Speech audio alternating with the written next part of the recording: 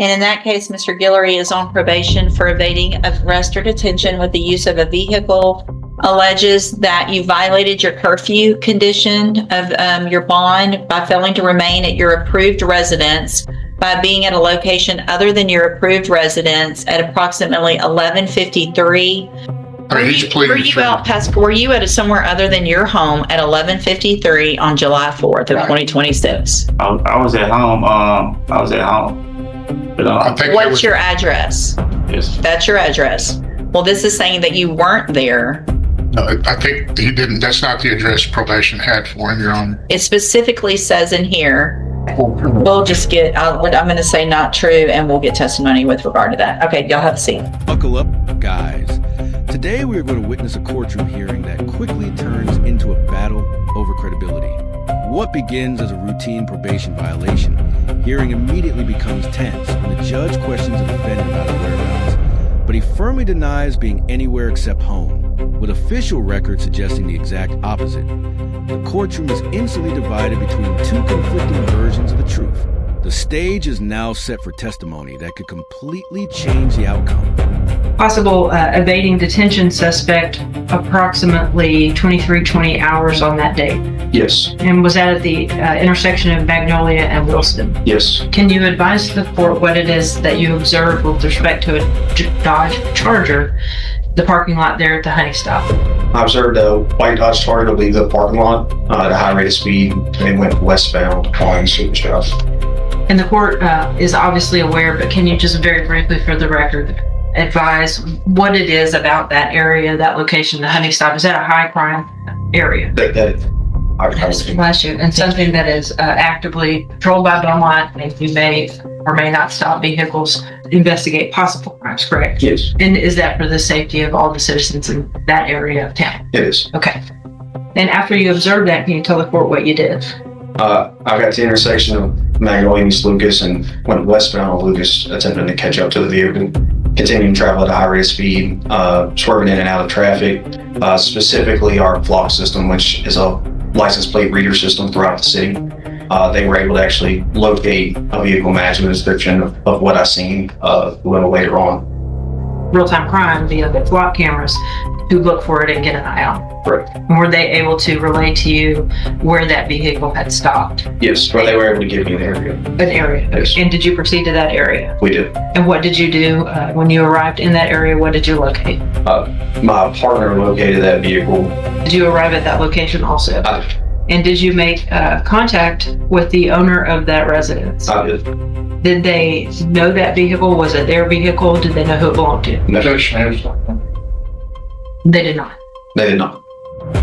Were you advised of anything by dispatch with respect to someone calling in reference to that vehicle? Yes, dispatch called and advised that the owner of that vehicle was calling one to report the vehicle stolen.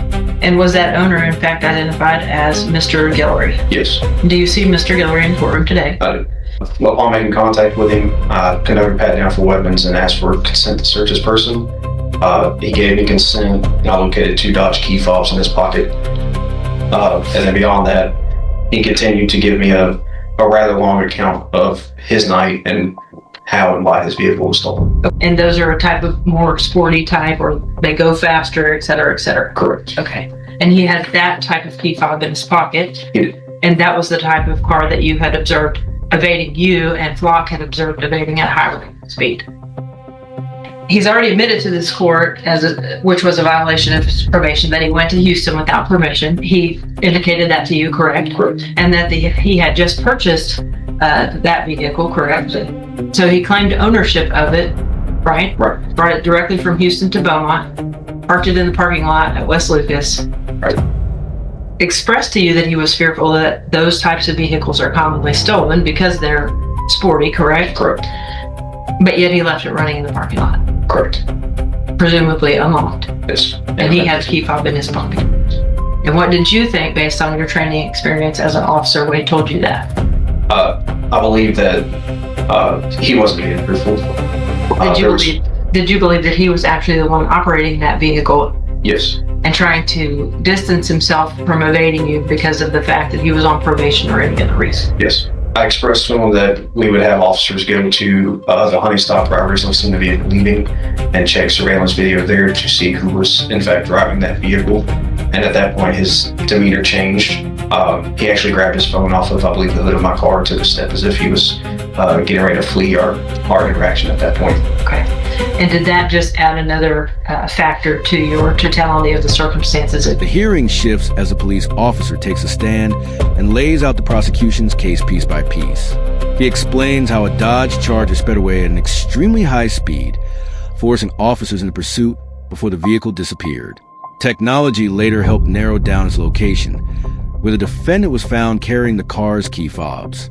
As the officer describes the defendant's change in behavior and suspicious explanations, the prosecution begins building a narrative that suggests this was far more than an unfortunate misunderstanding. This case. Yes. Saw a vehicle leave at a high rate of speed from the hunting spot? Yes. And did you immediately initiate pursuit with lights, or did you wait? No, I attempted to catch up to the vehicle. I didn't activate my lights until I got behind him at East Lucas and How far behind you were you when you activated your emergency equipment? I was a few car lengths. And it's your testimony that the vehicle proceeded at a high rate of speed and evaded your attempts to detain the vehicle or stop the vehicle? How far did the vehicle get away from you? How much distance did it put between you once you activated the lights? A substantial gap. So it was what were the traffic conditions like? At the very beginning, there was a little bit of traffic, and then we eventually turned southbound on West Lucas, and there was no traffic at that point. And the vehicle was able to outdistance you? Yes. What was the speed that you all were traveling? I was traveling over 100 miles an hour. Did you discontinue the pursuit because of the concerns for safety? I discontinued the pursuit once I lost the vehicle. Did you ever obtain a visual on the operator of the vehicle? I did not. You could not identify the person who was operating the vehicle? That's correct. The system that you referred to, I guess you call it the real-time Crime Center. Real-time crime center. That coordinates all of the flock cameras in the city. They do. And based upon the information that you relayed to, I guess, that center, they relayed to you the location of the vehicle? They gave me an estimated area which the last place that vehicle was seen. So it gave us an area to start looking for the vehicle. Without disclosing any confidential information, what was the approximate radius of the area identified? So they don't give us a radius. They give us an exact pinpoint location of where the vehicle was last seen, which is the location of the camera itself. And that would give us the ability to say, okay, we need to check roughly this area. Where was that location? I believe that was at East Lucas and Gladys. How far is that from the location where you located the defendant? Not very far, maybe 2 blocks. And you say that was maybe how far? A couple of blocks maybe from where the vehicle was located? About, yes. One were traveling on foot. How long do you think it would take to cover that distance? Less than 5 minutes. You said the vehicle was located at a residence, is that correct? It was. Did they have a ring cam or any type of video recording device where you could perhaps ascertain who exited the vehicle? Not that I can recall. Did you attempt to ask, or do you know any efforts were made? Yeah, I spoke with the homeowner very briefly. We had several officers out there. Not long after we found the vehicle was when dispatch advised me that Mr. Taylor was wanting to report it stolen. So I then relocated to him to speak with him. So you're unaware of whether there was any surveillance from the residence? Correct. Aroused your suspicions during this interaction? It's a key fob in his pocket.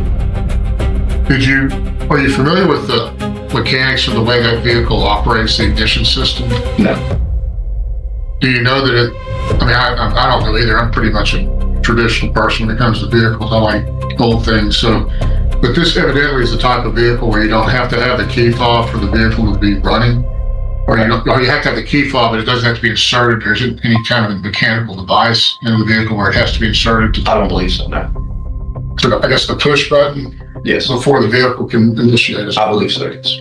If it's remote started. And so, here's the thing. I've had cars that do this, so y'all can go into it. But if if you're in your car, and y'all can set my understanding, since nobody has whatever understanding, my understanding of my vehicles that have had a key fob, if I'm already in my vehicle and it's going, I stop and leave it running and get out with my key fob. Someone could get in it already running and drive it. Once they stop and turn it off, That's it. You have to have the key fob. So if you stop and leave it running, then someone could drive it. Or if you remote start it, probably not without the key fob. Well, I guess we'll take the judge's word. I mean, if anybody disagrees, y'all are welcome. That's how they've all worked that I've had. Excellent. All right. Anything else, Ms. Malfino? No, Judge. Thank you, sir. You can step down. Yes, sir. Very briefly refresh the court's memory with respect to the addresses that he gave. Where was he supposed to be? How does that work with respect to it changing? Up until all of this began, every time he reported to me, he stated his address as 2. And the GPS showed him on Ashley Street. Correct. Not that far apart, correct? Correct. But not next door to one another. Correct. Right? All right. Thank you. Anything else, Ms. Malfino? No. All right. Thank you, ma'am. You can step down. Raise your right hand. You swear or affirm the testimony you're going to give in this hearing will be the truth, the whole truth, and nothing but The defense now takes its turn to challenge the officer's conclusions. Through careful questioning, attention is drawn to one crucial weakness. The officer never actually saw who was driving the speeding vehicle. Questions about surveillance footage, tracking technology, and the mechanics of the car's key fob are all raised to create uncertainty, while the prosecution relies heavily on circumstantial evidence. The defense works to remind the court that assumptions alone may not be enough to establish responsibility. the truth. Yes, like I had told the officer that was up here, I gave him what I told him. I said, I just came back, I went upstairs, I left the car running. Yeah, that was done with me. I was so excited. You know what I'm saying? It felt like an accomplishment to me to purchase a vehicle. I went upstairs, I told my brother, I had my girlfriend upstairs, you know what I'm saying? And we came back downstairs. After I told them, I'm so excited in a moment, caught up in a moment, that I'm not even just thinking about it logically that, yeah, this can happen this fast. Yeah, stuff happens, but I'm not thinking that it can happen like this fast. You know what I'm saying? So when we coming downstairs, I noticed that the vehicle was missing. As soon as I noticed the vehicle was missing, I'm not too much fond of how the law and stuff works, so I called my grandmother because she used to work for clerk as for the court. So she explained to me the steps what I need to do to go ahead and call and report my vehicle stolen. Is that what you did? Yes, sir. Explain to the court how the ignition system works on that. What vehicle is it? What's the make and model? It was a Dodge Charger Hellcat. What year? 2023. And how does the ignition system work on that vehicle with the key fob and the push button and all of that? When you hop in the car, it can be in your pocket, it can be anywhere. You push the button and it start right up. So when you push the button and start right up, I can get out the car, leave it running, run into the house or run into the store. With the key fob? With the key fob, and it'll be still running, door unlocked. I had the other key fob that he said he had, I had a Dodge Ram truck. And I don't know how I used to always do this. Sometimes I leave the key upstairs, I leave the truck running, and I hear him run downstairs, hop in the truck, take off. And then the car or the truck would notify that, hey, the key fob is missing. So you don't dispute that you had the key fob for that vehicle when the officer questioned, is that right? Yeah, I didn't dispute. I told him that I had the key fob. Did you evade in that vehicle? Did you drive the vehicle and run from the police? No, sir. What about your residence as far as the disparity between the address that you were at and the address that you have reported to probation? Like I was telling Ms. Lopez on numerous occasions and visits, this is like heated conflict between the residence I was staying at, which is my child's mother's house, and which is my legal address, like that's on my ID. Me and her was going back and forth, you know. Which address is that? Risk. The rest? Yeah, yes, ma'am. And we was going back and forth. We trying to work things out. And in the time of us trying to work things out, a kinfolk extended his arm right to me. He was like, hey, I know what you're going through. I'm older. I done been through this. If you need somewhere to stay for the time being while you try to work it out with your child's mother, come over. You always welcome. You ain't gotta sleep in your car. You argue, you sleeping in your car, you sleeping in your truck, you gotta go to work. You don't have a job right now? No, sir, I got a job lined up, but I'm scared to take the job because I don't know what's gonna happen right now. Want to try to stay on probation? Yes, sir. You understand you can't go to Harris County without permission, any other county, you know that? And that was my mistake. You understand that? Yes, sir. The defendant finally gets the opportunity to tell his own version of events. He explains that he had just purchased his dream car, became overwhelmed with excitement, left it running for only a short time, and claimed someone stole it before he returned. He also addresses questions surrounding his residence and probation conditions, admitting certain mistakes while insisting he never fled from police. His testimony is an attempt to replace suspicion with a believable personal story. How'd you pay for that car? How much was it? It was a nice little piece of money. I had vehicles I already had that I had already acquired, and I ended up selling those. I sold I had a Cadillac that I had bought like years prior to that. I had another Cadillac I had bought years prior to that. My child's mother, even cause she know like I'm a good dad. I'm a good dad to all my kids. She gave me some money out of her income tax. She was like, hey, I know that you really want this car. I see that you done sold all your cars. You ain't got no cars. You trying to get back to afford to work now. I'm gonna give you this amount of money, and tell me you can go ahead and treat yourself from being a good dad. It was like 20-something thousand. But like I say, I sold every vehicle I had. I had 3 vehicles. I sold every vehicle I had, like literally. And she ended up giving me like $7,000. But you didn't have a job, right? At the time?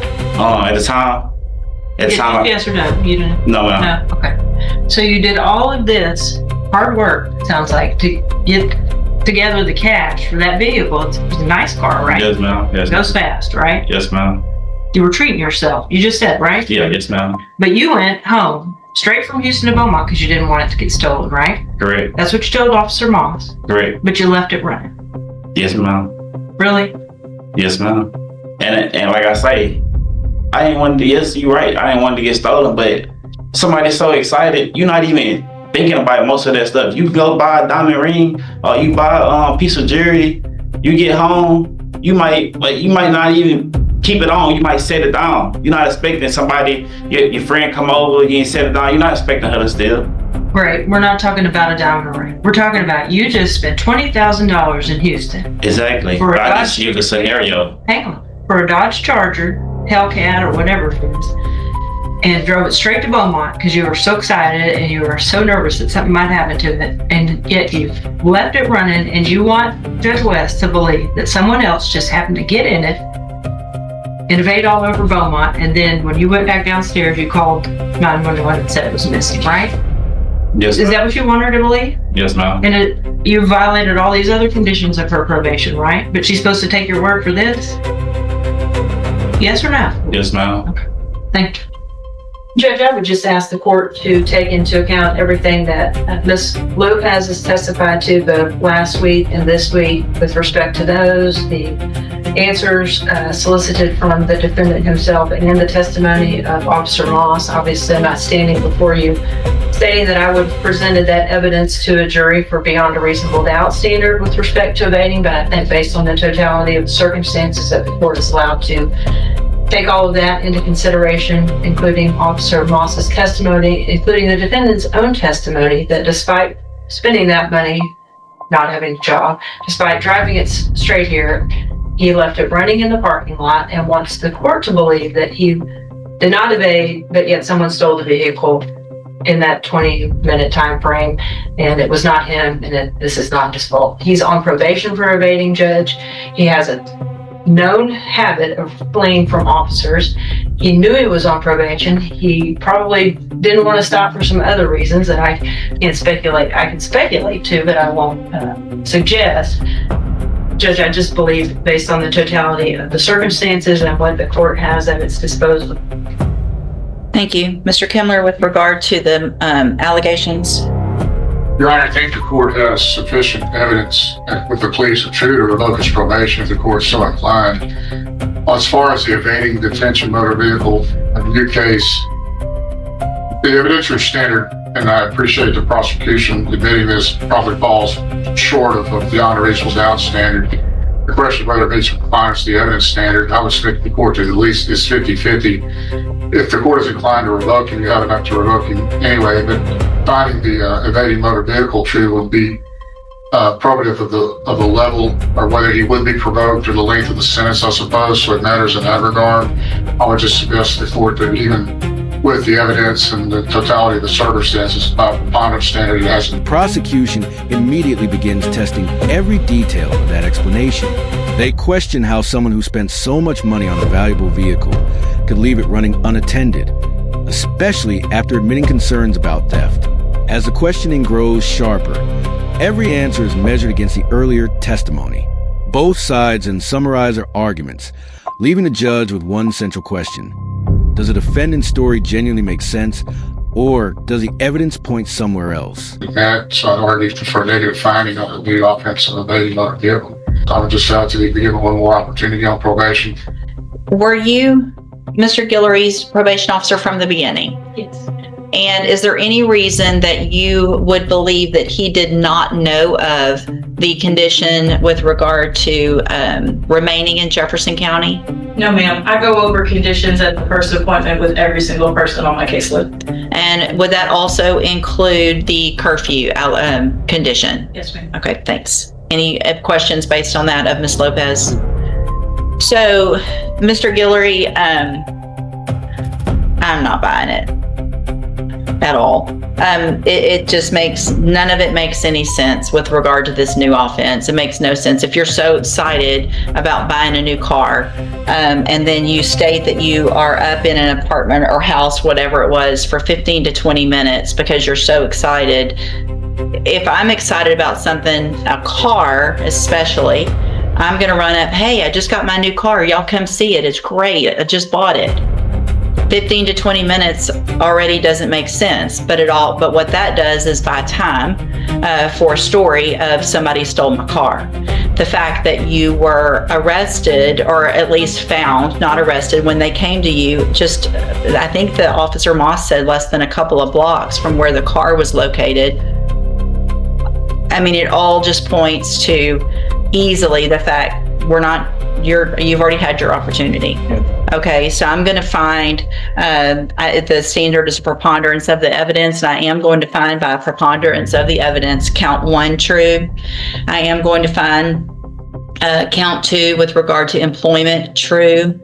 I am going to find count 4 with regard to the address true. The addresses are ridiculously confusing, which all that means to me is you're not where you're supposed to be when you're supposed to be there. The community service, I'm not going to worry about because he had done some and there was some added because of the violations and a sanction. I am going to find count 7 true that has to do with the curfew.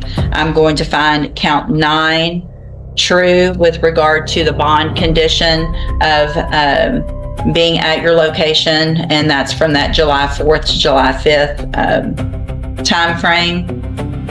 And count 10 true as well with regard to not being where you're supposed to. With regard to argument on what I should do, is it your request that he's revoked? Based on the fact that he was already on probation for the same type of offense and the court's finding in this, it would need to be my position that he's revoked, Judge. I would concur with Mr. Kimler that maybe doesn't rise to the level of the top of the punishment range, but it would be my position, just in all candor with the court, probably irrespective of what the court does, rather either continue him, place him in ISF. Any other option the court has not to proceed, obviously, to the trial level with the underlying offense. I don't want to hide behind a log on that, so it will be my intention to dismiss that. I think the information is appropriate for the court to take into consideration, as you have done, but I would defer to whatever you think is appropriate and ask that if he be continued, possibly he be extended or some type of other sanction to address his behavior being those. Ms. Lopez, I know we didn't get an update done because you would be here, and typically an update would have a recommendation with regard to Mr. Guillory. I know he already had a 30-day sanction in our county jail. Do you feel like there's any chance of him being successful, or is it your position that he should be revoked? He's denied responsibility in all of these instances. If he had taken any form of responsibility, my opinion may be different. But at this time, his attitude reflects that he's not taking this seriously, and so revocation would be my recommendation. Thank you. Anything else, Mr. Kimlow? As I said, I would just defer my previous response.